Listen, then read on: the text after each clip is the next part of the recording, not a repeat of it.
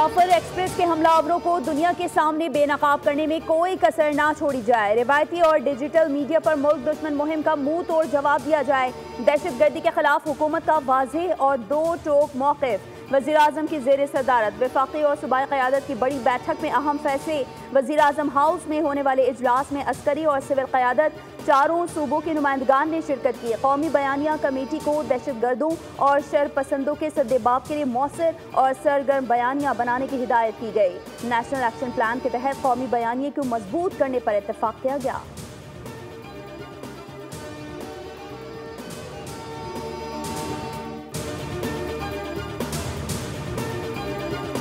हमने हमेशा मुज़ाकरात की बात की है, मुज़ाकरात से मुतालिक पॉलिसी वाज़ेह कर चुके हैं। तर्जुमान बलूचिस्तान हुकूमत शाहिद रिंद की न्यूज़ कॉन्फ्रेंस। कहा, गवर्नेंस की बेहतरी के साथ समाजी शोबे की तरक्की पर भी तवज्जो है।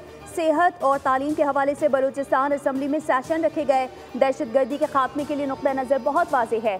सूबाई वज़ीर ज़हूर बुलेदी ने कहा, जाफर एक्सप्रेस वाक़े में बैरूनी अनासर मुलविस हैं। कल धमाके में कैंसर के माहिर डॉक्टर को भी शहीद कर दिया गया। दहशतगर्दों को किसी सूरत बख्शा नहीं जाएगा। ये दहशतगर्दी इंतशार फैलाने और सीपैक को नाकाम बनाने के लिए की जा रही है। सूबे को दोबारा अमन का गहवारा बनाएंगे।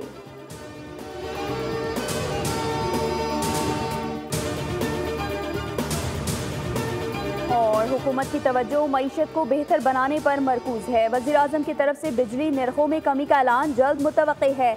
वज़ीर ख़जाना मोहम्मद औरंगज़ेब का चीन के बाओ फोरम के दौरान ब्लूमबर्ग को इंटरव्यू। कहा, नए बजट में टैक्स का दायरा वसी करने पर तवज्जो दी जाएगी। रियल इस्टेट, रिटेल और ज़राअत जैसे शोबों को टैक्स निज़ाम में शामिल किया जाएगा। रवां साल शरह सूद में मज़ीद कमी मुतवक्के है।